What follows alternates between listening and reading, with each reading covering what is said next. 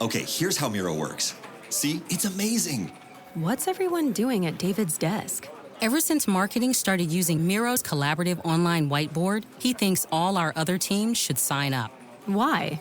He says Miro's making his meetings disappear. And if every team gets on it, that means even less meetings. They're using Miro for brainstorms, mind maps, customer research. So could we use Miro instead of having another 100 meetings for every round of feedback? Yep. You can comment, react to ideas, even leave a recording on the board. And what about presentations? There are Miro templates for that. How do you know so much about Miro?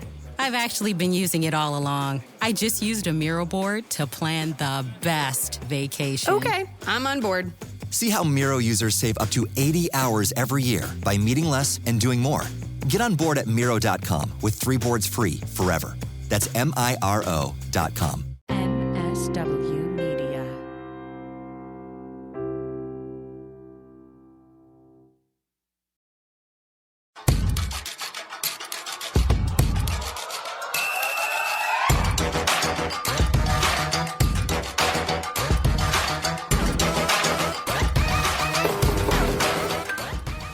Hey friends, Liz here with Marie and Moji from Feminist Buzzkills Live. And we're Francis and Angela, aka Frangela, from the Final Word and Idiot of the Week podcast. And we are so pumped up to be doing a co-pod with our pals from the Feminist Buzzkills. What?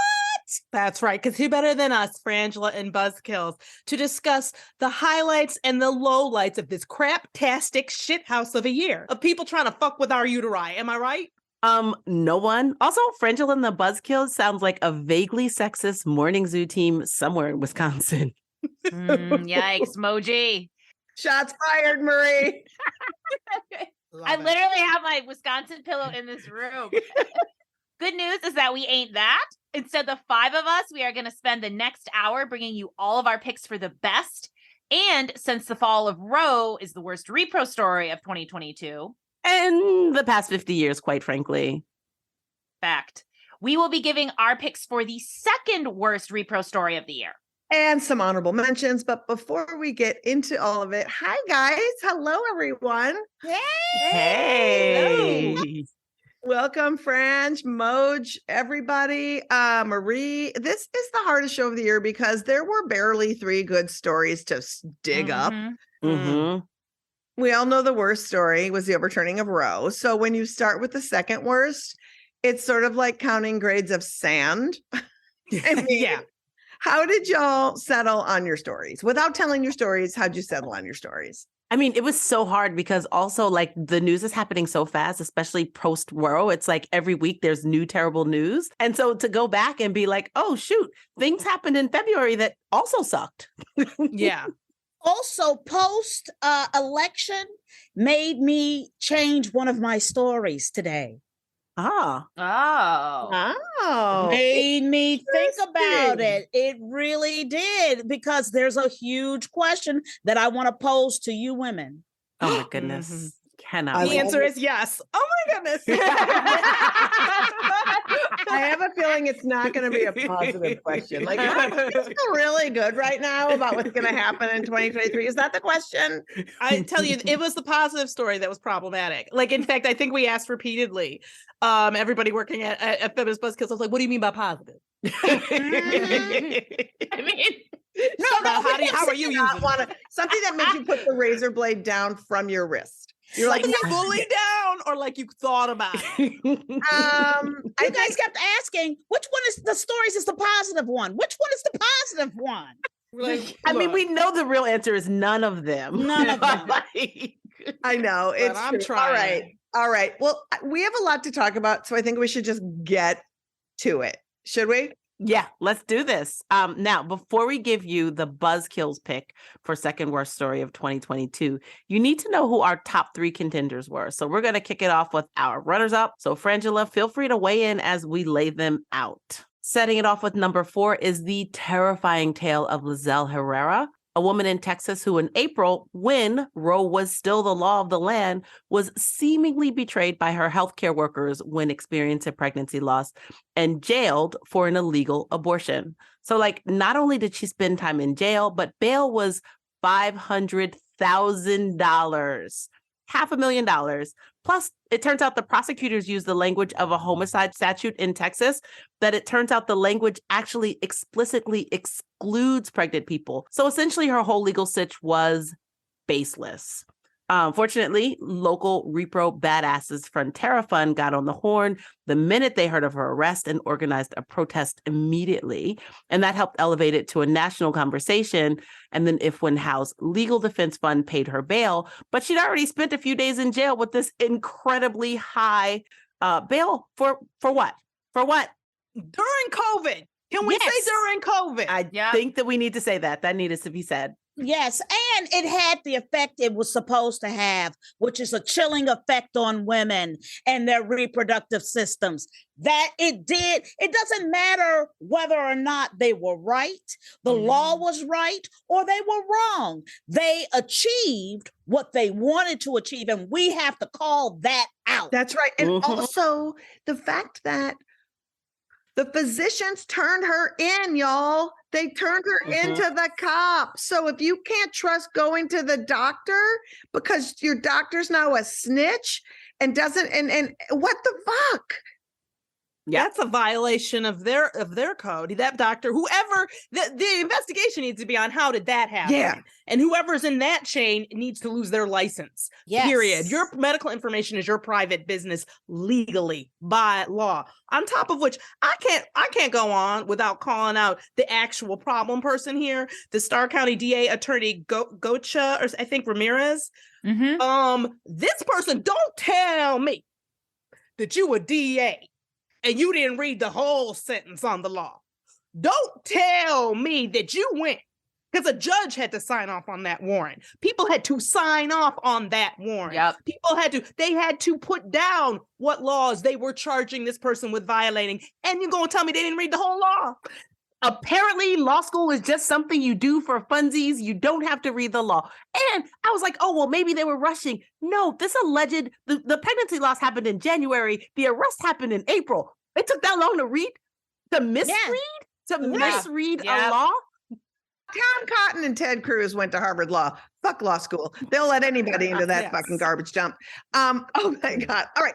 We got to go to number 3. Marie, who's coming in at number 3? Yes. Coming in, we have Fetusgate. Anti-abortion feminists, that's got some air quotes. Huge air quotes. Massive. Stole 115 fetuses from a medical waste transport vehicle outside of a Washington, D.C. clinic, stored them in their home freezer, then passed them around to other anti-abortion ghouls to do an unboxing video on Facebook Live. They proceeded to name each fetus, bury the fetus, and hold a press conference about it with Ted Cruz. This is not a joke. These so-called feminists are leaders of an organization called Progressive Anti-Abortion Uprising, or POW. And when they aren't stealing medical waste for the world's worst OnlyFans page, they are traveling the country being thrown in jail for harassing patients at clinics. Currently, Lauren Handy, one of the Fetusgate ringleaders, is serving a 45-day sentence in Michigan for trespassing and is also awaiting trial on federal charges of clinic violations that have a sentence of up to 11 years in prison. Jail this bitch. Man, here's the thing that kills me about it all is performance stunts. Yeah. And when we have people out here in society creating these performance stunts that are even bigger and made even bigger because of social media at this point, where they can be their egos can be satisfied. Yep. And they have an audience. Well, see, before, it used to be in the olden days when you went and acted a fool, nobody saw it. But because you got Facebook Live, you get to perform and stunt for other people worldwide. And it makes you feel as though you are doing something when these people are doing nothing but the worst of the worst. Because they got these feet, right? They don't know whose fetuses they are. And so their assumption that these fetuses need a Christian burial, like what the fuck? That's right. 115 fetuses can't all be Christian. No, and no part of this is about respect. No part of this is about respecting life or respecting even fetuses. There is all this is Francis right, is a circle jerk for a bunch of sanctimonious assholes. That's all it is. That's right. And the fact that Ted Cruz is holding press conferences with them. And the fact that, think about, I'm just in your head, right? Let's say you believe that every fetus is a baby. The fact that you would have gotten them, stolen them, given them to someone else to literally, when we say an unboxing video on Facebook, that is what it was. It was like one of those Hobby Lobby things where they're pulling out fetuses and showing them in a, and what if you're somebody who had an abortion at that clinic? Like, what the fuck? The level of harm is really just unbelievable. Yeah, I don't think that the 11 years, what are they talking about? I don't think that sentence is harsh enough. I think you should have to do that time with Ted Cruz. Yes. Oh, God. Angela, you are just... That's how I play. You want to play? Let's play. You want to play? Let's play. I know. And this, in 2022, just a reminder, that is the third worst story of the year. Like, yeah, it didn't even make the, like, that's not the winner. No. Not even in the top two. Not even in the top two. That's an honorable mention. It's an honorable mention. That contestant doesn't even get a bouquet. They just get to stand there. It's an also ran. Yes. 100% it's an also ran. So the Buzzkills choice for the second worst story of the year is, drum roll please, thanks to the overturning of Roe v. Wade, doctors are now forced to wait until patients are ready to die before being able to perform life-saving abortions. And to ice that shit cake, in states with the harshest restrictions, they aren't even prescribing medications or treatments to pregnant patients that have side effects of miscarriage for fear they will be prosecuted for homicide and lose their medical licenses if they do. That includes chemo, drugs for lupus, rheumatoid arthritis, and even some antidepressants. So, just to put it into perspective, Just Die isn't the worst story of the year. It's the second worst story. I think it's really hard to know where to begin with that. You know, we on this podcast a couple of weeks ago had someone who spoke about medical students for choice, and they talked about beyond the harm to patients, which is huge, but also the harm to doctors. Imagine if your job is to watch somebody's condition deteriorate until it's close to life-threatening, and then you can intervene. Knowing all those steps, those days, those weeks that takes, you know exactly what to do. You just can't. Exactly. I'm watching you gasp for air, for breath. But it is also my decision as a human to decide when you have had enough, when you have gotten to the medical brink of your existence. Then I can decide when I can dispense life care and justice, literally. It's lawyers deciding now. It's lawyers, because the penalties for doctors are like 10 years in jail, $1 million fines. It's insane. It's wild. And you spend all this money on medical school to what? Watch people in pain. I'm going to say this, and I mean this. It's time for massive acts of civil disobedience from the medical community. Yes. Mm-hmm. That is where I'm at. I'm like, if you took this, are we ready to watch them jail doctors? Are we ready as a country? I am ready, because this is the deal. You did take an oath to take care of patients. You did make an oath to make sure that people got the care they needed. And at some point, regardless of the consequence, I'm gonna call on this community, get out there and tell them no. You're going to do what you're going to do what it takes to take care of your patients, period. But here's the problem. Where we have the problem in America is we do not understand. People who became doctors did not expect to be civil activists. Right. And what we need is that but we need it from every community. Right. We need unity and union from every community. And we don't want to recognize that. We want to all go into our little perfect silos. I want to go in my doctor silo and act like none of this touches me. This politics, this stuff that's going on, it doesn't. Yes, it does. And it's coming for you. And it's coming for how you do business and make money. Yeah. Well, that's my point. See, I can't change. I have no choice about having a uterus. at this point. I was born this way. This is, and making laws that criminalize how I care for my body is of course wrong and not justice and wildly unfair. And we're fighting it on every front. And I look at a doctor and I go, I get that you just try and do your job. And I get the facing jail time and facing losing your license and facing all of those things is something that is frankly maybe a lot to ask, but I'm gonna ask it. Yeah. Because the reality is it is a life and death issue. And if we're all not prepared to go there, move to the state where you can do it. We have to be willing to put our bodies are on the line. So I think that you're absolutely right. Like lawyers, come on now. You just said it. Ted Cruz, Yale, went to Harvard or whatever. Come on now. These can't be the people. Well, also, too, there's a couple of states that have made it even worse where they have total bans and they have something called affirmative defense. And what that means is they said to the doctors, you go ahead and perform that life-saving abortion. And then afterwards, you will go to court and then we'll decide if you made the right decision, if that person was actually dying. I feel like this movement needs an act up real quick. Yep. Yes. Right? We need to be mobilizing in the streets with physicians, with ourselves, because the truth be told, what happens in our own skin, if we do not fundamentally defend that for everybody, we lose. Exactly. Yes. And guess what? We were losing. This election made me feel a lot better, but we still are on the precipice of losing. I know. We've already lost much. Yes.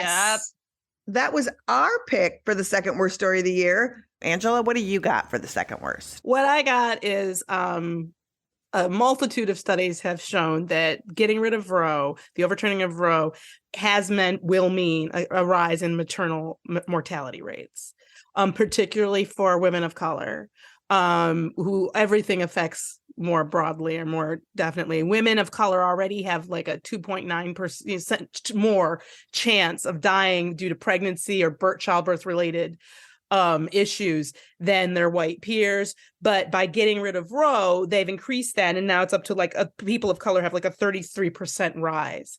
It will have a 33% rise in maternal mortality rates. And also the states that have the highest infant mortality rates are also the ones with the bans. So when they say that this is about protecting life, no, it's not.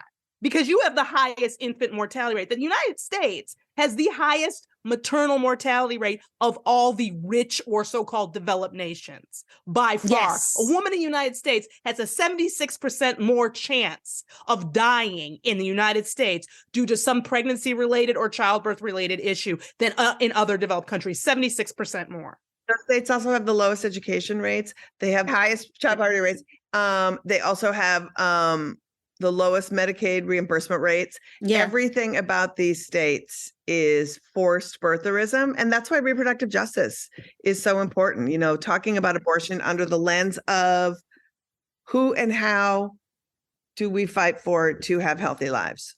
Well, here we go, Miss Liz. Let's talk about it. Let's talk about the fact that what this country was founded on is slavery, okay? And what we're talking about, let's use the real terminology. Let's get into the real description. We're talking about slavery. We're talking about enslavement. And we're talking about enslavement of women. And we're talking about what we have gotten further and further away, the more that women have become unoppressed, the further that they are yanking that string back to a place of, no, you don't, no, you won't, no, you can't have autonomy and decision make over your body and when and how you're going to have a child. And if we get into the real nitty fucking gritty of it all, you talk about a woman even trying to exercise her own family planning decisions. A man can take off a condom without the woman knowing and get her pregnant And she can be sitting there and not know it, thinking that this is the problem about people not understanding how biology works, not addressing bad actors. We ain't even getting into rape and incest. And that is rape. In the UK, that's rape. Removing a condom without somebody's consent is a sexual assault. That's right. It's, and I think that what you're saying is absolutely true. I was, in reading this horrible story. This a really great quote from Rachel Hardiman. She's a reproductive health equity professor at the University of Minnesota School of Public Health. And she said, we have to be thinking about this SCOTUS decision, the Dobbs decision, and abortion bans as being actually racist and acts of white supremacy. Absolutely. Yes. And that's really important to understand, because that is who is going, that these laws and these bans are absolutely disproportionately affecting the poor, the working class, and people of color across the board. Also, the black, the Great Migration was a thing, but still, most Black people in this country live in those states. That's right. Most Black colleges are in those states. Like it's affecting Black people ridiculously more. As we are disenfranchised. Who is the biggest, most newest educated group of people in the United States? Women. Black women. And what do we want to do? We want to control bodies. We want to enslave people. We want to make sure that we have enough people doing that we consider Americans doing these jobs. And we want to make sure that those women are pushing out babies at the rate that we want them to. And we want to make sure that their children and their children's children don't get educated, don't get medical attention, don't have a level of sustenance to obtain living as a human being in this country. We're going to make sure you don't have that. And I would also add too, and I say this a lot, but I firmly believe it's true.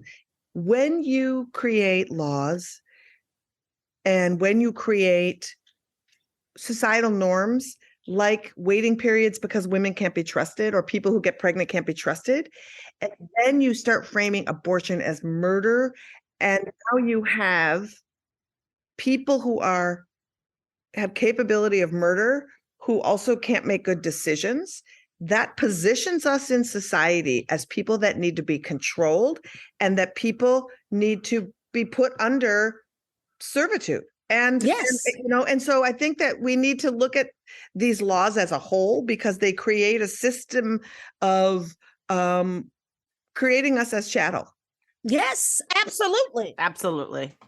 That's a great story. All right. So, Fran, what is your second worst story of the year? Okay, for me, it's about fetal rights are more important than democracy. Yes. And for the very long time, the anti-abortion movement has long professed its love of democracy. But the truth is that democracy is not hot for anti-abortion activists. That is the truth. And here's my problem with how we are viewing things in our America. We want to give these attributes to this group of people as if they are sitting here really, really fighting for democracy. And in the months since Roe was overturned, voters in Kansas, a deeply conservative state, decisively rejected a proposal to undo state constitutional abortion rights. And many expect the result to be the same, of course, which did happen when voters went to the ballot. And what we are deciding to say is that we want democracy in this country. And we came out and we voted for democracy over fetuses. And what we decided is we're not going to allow these people to frame how we view and experience democracy. My ability to go to an abortion clinic is democracy. Yep. Yes. That is democracy. And we have to reframe how we see democracy in this country, how we experience it. We cannot let Ted Cruz define democracy for us as women, as Americans, as experiencers. And for me, I think that it was frightening. It was truly, truly frightening getting up to this election. their level of comfort with fascism. Yes. Yeah. It was Yes. frightening. It was knee knocking. It was stomach clenching. What state was it in that the man running for, I want to say it was for governor or something, said that if he got elected, no Republican would ever lose? Wisconsin. Yes. Yeah. You know what? He lost. So sorry, buddy. Yeah. He's the Republican. He lost. Bye-bye. Yeah. You all picked amazing, terrible stories.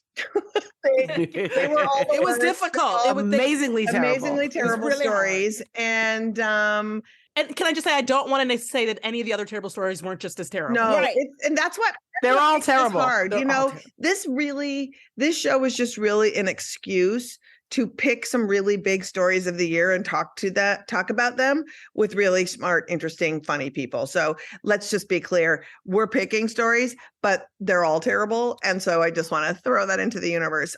Thank you for bringing your worst. And thank you for coming together to bring that information to the people. Remember, these awful stories happen because so much misinformation goes unchecked. And garbage people are out here garbaging, and the conspiracies they spew become fake facts, and those fake facts become law. That's right. So before we get to the best of 2022, we wanted to let you know just the kind of fake facts being spewed by so-called pro-life experts that influence policy in a game that we are calling Finish the Conspiracy Theory. So Francis and Angela, we're going to play a clip of an anti-abortion crackpot who's got a very influential job spouting a conspiracy theory. Now, we're going to hear some obvious BS at the beginning, but we're going to stop the clip just before they drop their mother load of redonkulousness. And we're going to give you 3 guesses of what exactly they said to finish that sentence. You guys can talk about it, and we'll see if you get the correct one. Any questions? No, this sounds fun. Let me put my crazy hat on. Let's real put on quick. okay. Put on your crazy thinking caps. All Okay. right. So Is it made of tinfoil, your crazy hat? Yes. Oh, absolutely. that's hilarious. All right. So this woman's name is Catherine Glenn Foster, and she is the president and CEO of Americans United for Life, speaking before Congress. Now, this organization, Americans United for Life, is sort of like the ALEC of the anti-abortion movement. They write model legislation, they influence policy, they bring their theories to Congress, to federal legislation, also state and local legislation. So this person has a lot of influence at this very, very big anti-abortion organization. So here is Catherine Glenn Foster. Human persons, from their earliest days, poisoned in the womb and dismembered, torn limb from limb. Bodies thrown in medical waste bins and in places like Washington, D.C. Okay. Now, does she say, and in places like Washington, D.C., A, Planned Parenthood is selling those body parts and funding the Democratic Party's pro-abortion agenda? B, and in places like Washington, D.C., burn to power the lights of the city's homes and streets? Or does she say, and in places like Washington, D.C., and all over America, the most unsafe place for a baby is in the womb? I say B, because that sounds like full That's on crazy. a whole heap of crazy. You know, this is a hard one because the first one really, this is the problem. Let's be clear. I'm surprised it could be a run on and be all ABC. Right. You know, Yeah. That's fair. It absolutely could be any of those. You're feeling, what'd you say? You feeling B? I'm feeling B. I'm feeling power in the lights. Power the lights. I'm gonna go with A. It's funding the Democratic agenda. Okay. Well, let's see what the answer is, Catherine. Human persons, from their earliest days, poisoned in the womb and dismembered, torn limb from limb. Bodies thrown in medical waste bins and in places like Washington, D.C., burned to power the lights of the city's homes and streets. Yes! I just didn't want to believe. I didn't want to believe it was that crazy. Testifying before Congress with Also, that. This is an easily disputed non-fact. Yeah. It's Googleable. It's on Wiki. How many fetuses would you have to burn to power the lights and streets of Washington? Well, it depends, Liz. Is there a game that weekend? The point is, are there night games that week? Because that changes the calculation. Everybody knows that. Here's my problem. Where do we in our government get to sit there and go, get out of here with that shit? Yes. We get elected with, and I'm gonna say our slogan is gonna be, get out of here with that shit. I like it. I'm taking it on. What happened to that pole they used to have on the vaudevillian stages? The hook. You know, the hook. Where you grab the person and eject them out the room. Why? Yeah. Because I feel like that person who does all the president of the United States in Congress, like that person should have a big pole, like a little shepherd pole.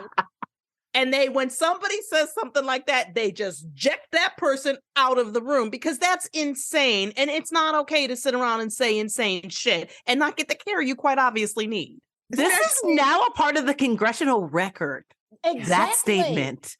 Exactly. Here's our problem. Okay, before we get to any of this, we got to stop entertaining stupid. Yeah. Okay. Yes. Because let me tell you something. The Vulcans are never stopping here and giving us better technology. They're not going to do it because every time they come near this planet, they hear some crazy like that and they go, no, there's no intelligent life down there. No. I know. It's really, that's just like one person. You know, we have so many clips that we wanted to play for this game. And it was like, if people, I mean, I don't know if people really understand how much people get away with, because we talk about the Q conspiracies all day long, but the abortion conspiracy theories, y'all, are next level. And so like just laying that out there, that this person has a respectability job and some good hoop earrings. And, you know, she looks like she showers and works out and, you know, like she's a person in society that, but no, you can't, like, we can't tell anymore. You can't tell. No, You can't tell. See, this is why none of us are in Congress, too. Because if I'd been in that room, I would have been, I'm sorry, where's your caregiver? Yeah. Because you've missed some kind of dose. I don't know what it is, but would somebody plug her into the wall for a minute? She needs a zap. She's having a problem. This is not, it's not okay to be walking. There has to be some kind of guideline. I'm a former bouncer, okay? If they need, just let me know. I can be in DC. You know, this should not be allowed. We could talk about this bullshit all day. And this is just one of the many bullshit things that we have to sort through. So let's move on to the best stories of the year. Yes, we're going to go out positive. Positive. I love that. But before we get to our best picks, like before, we want to hit some honorable mentions. So I'm going to start us off in the number 3 spots of best stories. 11 anti-abortion zealots were slapped with federal charges for blocking the entrances to an abortion clinic in Mount Juliet, Tennessee. These 11 violated the Freedom of Access to Clinics Entrances, or FACE Act, and will potentially face over a decade in prison if found guilty. The sweet part of the story is that they were charged in large part because of evidence and footage collected by our pals here at Abortion Access Front, who, when we're not doing podcasts and supporting clinics, we're out there tracking and reporting violent extremists who harass and threaten abortion providers. So we take this as a personal win. We do. Yes. Nice superheroes. We literally did that. It's so great. We did it because they filmed themselves doing crimes. And then they post them. Yeah. Then they post them on Facebook. They Facebook Lived it. Yes. Yeah. They Facebook Live stream. Yes. They're felonies. Yes. Yes. And nobody's on Facebook anymore, really. And so they think they're going to get away with it, right? But it's like, they were on Friendster too, I heard. If you look at the number of the people who went to the place, there were only 3 people from the state. Yeah. Who were involved in that. Everybody else got on a plane, a car, a bus, a train to get there to come and harass those women. Yeah. Okay. Yep. And this is what I'm talking about is freaks finding freaks. Yeah. Okay. And making it seem as though this is okay. That's the problem. And thank you to your organization for being there, being a wall, being a protectorate for people because we need it. And if it didn't get publicized, I don't know that they'd get these sentences. No, no, they wouldn't because states don't really know, and states don't. So, like, we started noticing, like, oh shoot, it's the same people travel around the country. But you know, for someone in Tennessee, it's like, okay, I guess this random person's here doing this one crime that we're not even sure is a federal crime because. And by the way, this story has not made it to mainstream media at all. And that's part of the reason we did this podcast and do this work, because if people are dropping the ball all the time, you know, it was real sexy to talk about abortion when Roe fell. But the truth is, this is happening every single day. And it's pretty exciting to have 11 anti-abortion. These people are dangerous. They were at January 6th. Yes. You know, these kind of people, like, they're everywhere. The intersection of white supremacy and anti-abortion extremism is a donut. We all know that. And so let's start linking them all together. You know, these murders that happened in Colorado Springs, that place is a hotbed of anti-abortion extremism. James Dobson's, you know, home place. It's where the Planned Parenthood got shot up by that guy, Robert Deere. Ted Haggart's church. I mean, it's like, we're all together in this. And so it feels really good to shine a light on it. And we're hoping that other people just take it on. I just saw an article, I read an editorial, I think it was in the New York Times the other day, or maybe even, you know, but talking about how there are no lone wolves. Right. That all of these people are working together. They may not be pre-scheduling, but all of these movements are working together and coordinating around the world. And we need to stop thinking about it as isolated, crazy people. Well, also the fact that people would actually say that in 2022 or in 2008, once the internet happened, clubs happened, and every lone wolf found a pack, and you know, every one of them. And so there's no lone wolves because every one of these people has been inspired by somebody else. It doesn't just have to be somebody at their church anymore, although that's prevalent. It's somebody on Reddit. It's somebody on Gab. It's somebody on Parler. It's somebody somewhere who's allowed you into their club to say their shit, and you're going to be the hero. Yes. Also, these so-called lone wolves usually post the manifesto just before they do the thing, and people are reading it before it gets taken down. And so you can't say it's a lone wolf. They have a body of work they have accumulated, and they know who to send it to.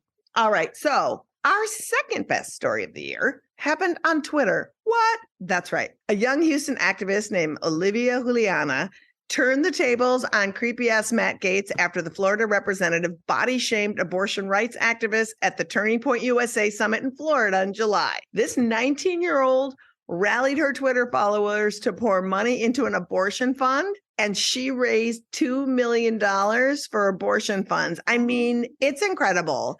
But think about how much more money she could have raised if she would have asked everyone for $1 for every teenager Matt Gaetz proposed. It would have been a lot. That is dark and true. It would have been a lot. But like, God bless her. Yeah. This was pre-Musk's Twitter, but it's still exciting to know that site did some good.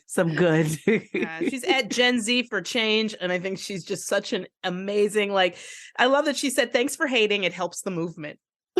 It's true. Yes, yes. And what I love about it is that she sat there and said, you know what? I am not going to let these trolls drive me from this space.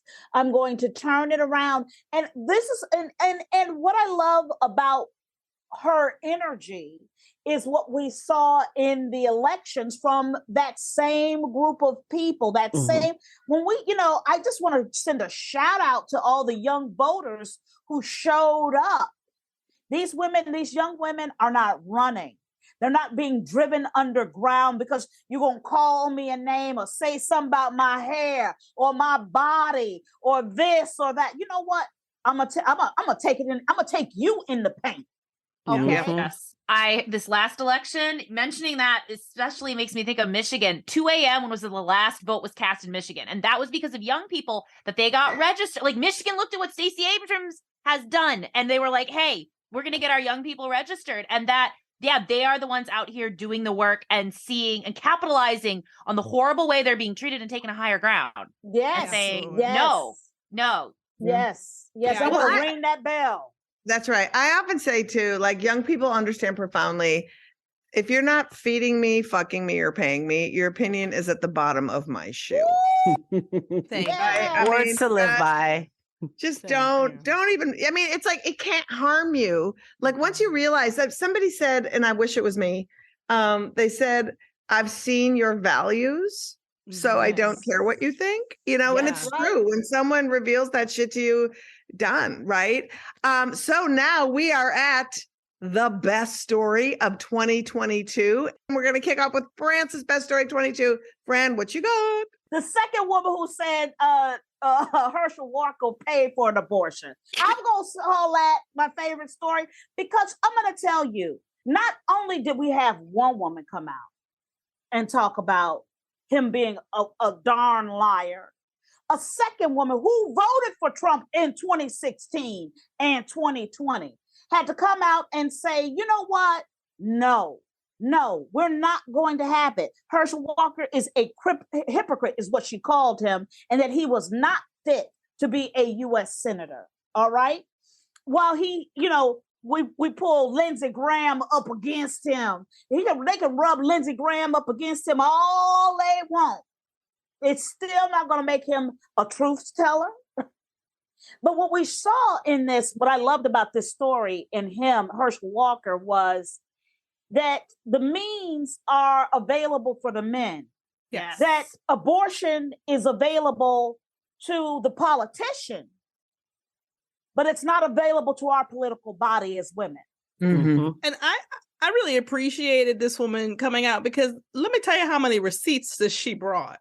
Yes, she did. Yay! I mean, like no IRS audit was going to stump this bitch. She had the card signed from him. She had the check. She had the photo of her in his hotel room with the receipt for the room.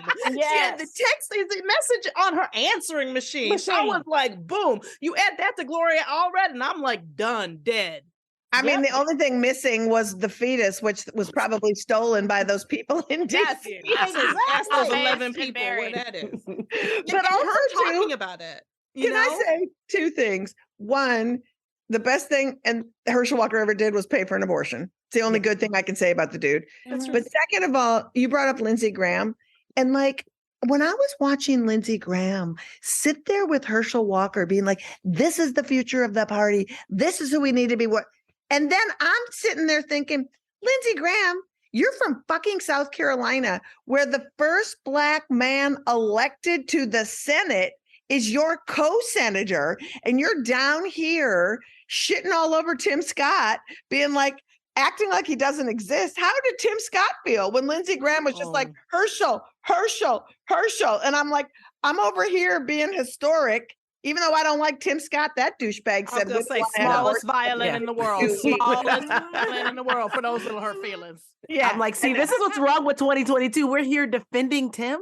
I am not defending Tim Scott. I'm just saying when you're the first Black Republican to be elected. Right. We ain't see Lindsey Graham supporting him. No, I'm going to tell you something. Because Tim Scott actually does have some kind of brain. He's obviously crazy, but he does have some kind of brain. And he isn't the kind of Black person they want in office. They want Herschel Walker. They want Herschel Walker. They want a man who is holding it together with spit and string. Yeah, They want a big house, tap dancing, pancake making. Yes, I said it. Butler. That's what they want. That's what Herschel Walker is. Ange, what was your best story of the year? Okay, my best story of the year was prior even to the midterms, losing Roe caused 9 states to enact greater access to abortion care and abortion services for the people in their states. Like 9 states, it was like California, Vermont, Washington, New York, Illinois, Connecticut, what else here? New Jersey, Minnesota, and Oregon all passed more legislation to further enshrine a woman's right to choose inside of their state constitutions in various ways. And for me, I was like, see, that's what you do. You're going to come at me. Not only am I going to make sure I preserve my rights, I'm going to take more.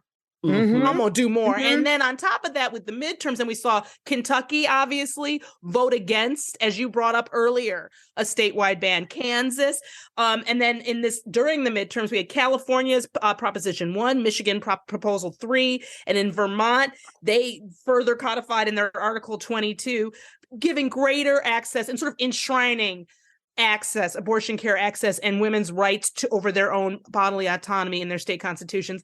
And that made me happy, or as close as happy as you get. Absolutely. I mean, I think it's, being from Minnesota, like, not only did they do everything you just said, they're going to codify abortion in the 2023 legislative session. They're going to codify abortion in their constitution. They also created their version of the FACE Act, a statewide FACE Act with a buffer zone. They also declared those fake ass clinics a public health crisis. So Minnesota's doing the most. And I love states who are just saying, because truth be told, we often take crumbs from pro-choice politicians. And it's like, it's not enough to vote against stuff. It's like you said, we have to expand access to care. Yeah, that's right. That is where we need to be going. So that is awesome. And I think our story for 2022, best story, it sort of encapsulates all of that as well. It was all of the ballot initiatives and all of the Kansas and all of the everything.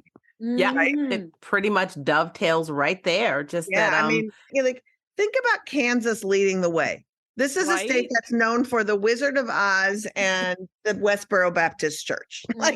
This is the two famous things in the state. And then all the other states. Now, what we have to really look at as we watch this week is the anti-abortion movement is going to do their best to chip away at even these ballot initiatives. The state of Ohio, just in late November, said, oh, look at all these voters actually voting on abortion and ballot initiatives. We have to make sure that the people never have a say. So they proposing a law where you have to have 60% on your ballot initiative in order for the ballot initiative to pass. I'm sure theirs passed at like 59, didn't it? So they didn't have one. But so watching these sneaky things, it's like knowing that this is the way to go.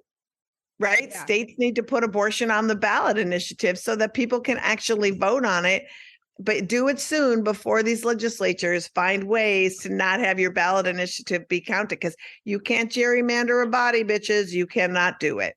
No, yeah, it's when you think about the Dobbs decision and Justice Alito, who leaked it, as it turns out, basically saying states need to make these decisions. I'm like, but who in the state? Because the state isn't a person.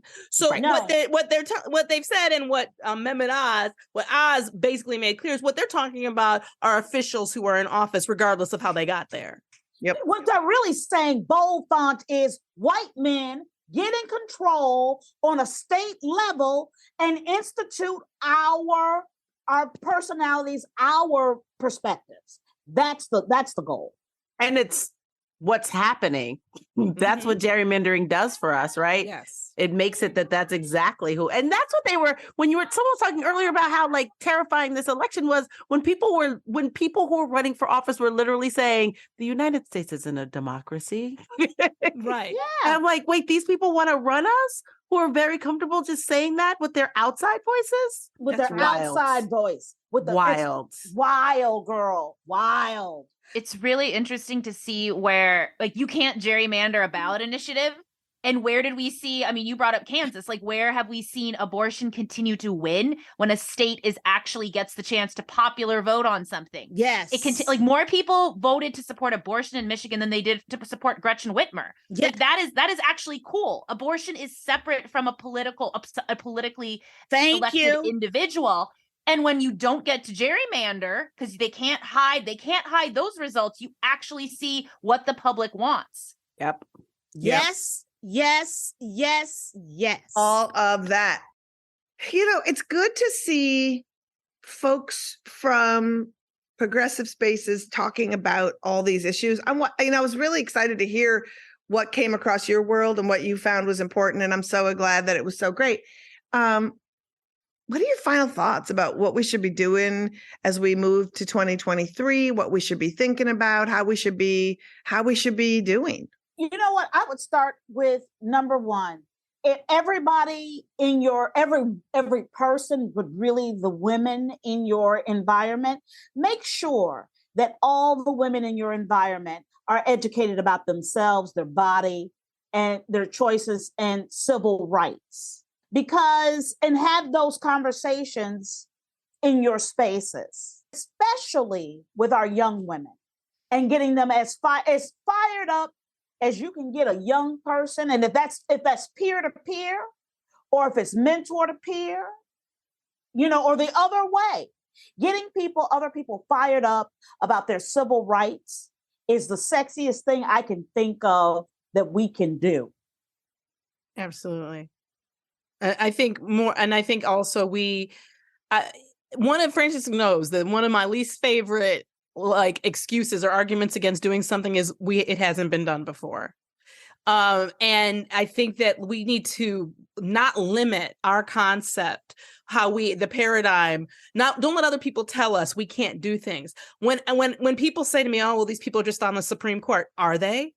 Are they just on the Supreme Court? Hallelujah. I'm just saying, this is a document made by a bunch of assholes who thought you could own people. And they even knew to set it up with amendments. So what I'm saying is we need to decolonize our minds and allow ourselves to think of solutions to problems that we haven't tried before. Because if somebody comes up with a cure for cancer, we're not going to go, but you know what? We haven't tried that before. So here's my thing. We need to get our court back. There are 3 people on that court who should not be there, who do not have a legitimate place on that court. Who have lied to get the position.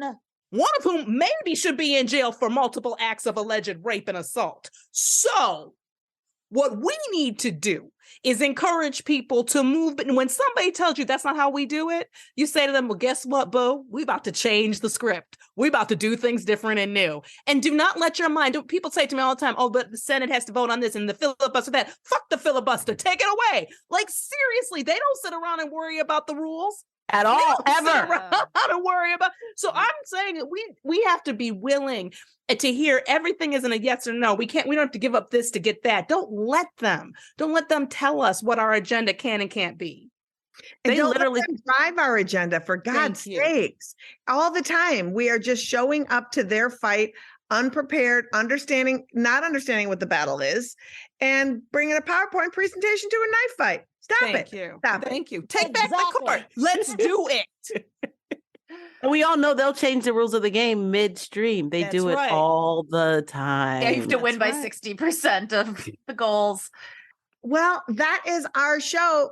Frangela, it was so much fun breaking down this year with you. I feel rage. I feel hope. I laughed a lot. It's the perfect way to kick out 2022. Absolutely. Thank you so much for having us. Oh my God. Of course. That is our show. It was so amazing. We just want to also take a sec to say both Frangela's Pods and your Feminist Buzzkills Live are proudly on the MSW network. And we wanted to give a shout out to the whole fam, Allison, the Daily Beans, Muller She Wrote crew.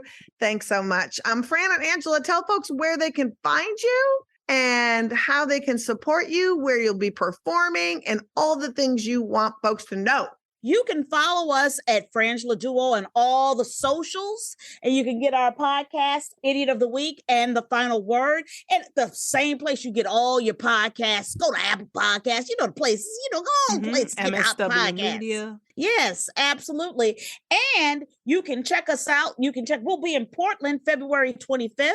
Go to curiouscomedy.org for ticks. We're going to be recording a new live comedy album, so we'd love to have you there. You can go to frangela.com for all things Frangela. And we also do have a Patreon and Cameo because, they don't pay us. So if you'd like to support this Black woman-owned business, please go to Patreon and Cameo and do so. Look for Frangela. Yeah. And we obviously would the Sexy Liberal Podcast Network and MSW Media. We love and we're so happy to all be a part of them. And to connect with us, your Buzzkills pod, look up Feminist Buzzkills Live wherever you get your pod. Just like Frangela, subscribe to FBK Live. Write a review, give us 5 stars. It's the best way for our podcast to reach more people. And by doing so, you are helping more people learn about this assault on abortion access. And to keep up with all the repro news, follow us on social at Abortion Front on Twitter, Instagram, Facebook, TikTok, and YouTube. To follow us personally, Marie, where you at? MConJ at no longer Twitter. Damn. I guess only Instagram. Only Instagram at this point. I can be found at Moji Locks on Twitter, Instagram, Facebook, TikTok, anywhere. Liz? I am at Liz Winstead with 2 Z's at all the places. Also, wondering where you might fit in to do some abortion activism? Well, look no further than our 5-part training series, Operation Save Abortion, available in video and podcast form. Gather friends, watch or listen together, and follow the activity guide for a full experience. Details for the series are at operationsaveabortion.com. Make sure you check out the activist calendar as well, which is chock full of local and national actions and educational opportunities. Thank you so much for listening in 2022. We've had a blast in our first year of this pod, bringing you all the abobo news. We really appreciate you listening and sharing, and can't wait to fill your ear holes with more facts, fun, and outrage in 2023. That's right. And if you're looking for something to do and you're in the Twin Cities, I have a show at the Parkway Theater, December 30th and 31st. It is a year in review. I'll be barfing out all of the news that is fit to make fun of. Parkway Theater, December 30th. Tickets are at theparkwaytheater.com. Plus, join our Patreon. Support these guys. You know what? Right. Do a double Patreon dose. Why not? Do a Fringe Patreon, do a us. So you can support great content, get some merch, and all the pledges for this pod and all of our activism are tax deductible. So pledge patreon.com/feminist buzzkills. This special co-pod and FBK Live is edited by Remy DeTournay and is produced by Abortion Access Front. So thanks again, Frangela, and thank you for listening. Have a great holiday. If you celebrate, a safe and happy new year, and we will be back in January with new episodes.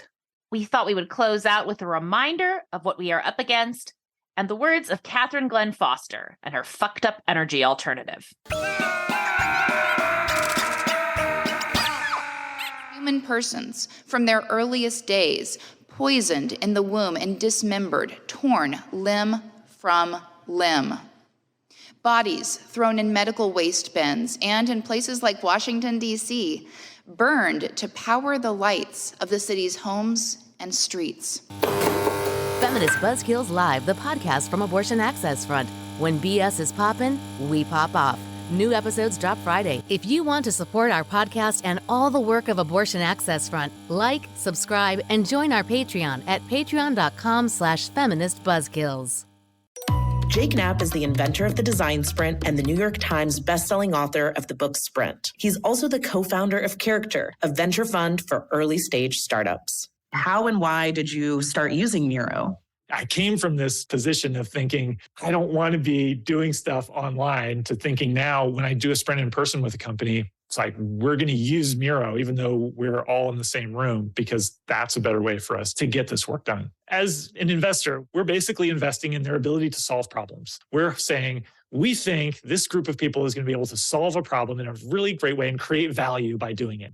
And actually, you need to give people the tools that can help them make decisions, help them collaborate, help them visualize and see things in a different way. And Miro does all those things. So to me, at least as an investor, I'm thinking, give the team the tools that are going to help them think, that are going to make the most, brighten their skills as smart folks. And Miro is at the top of that list for me.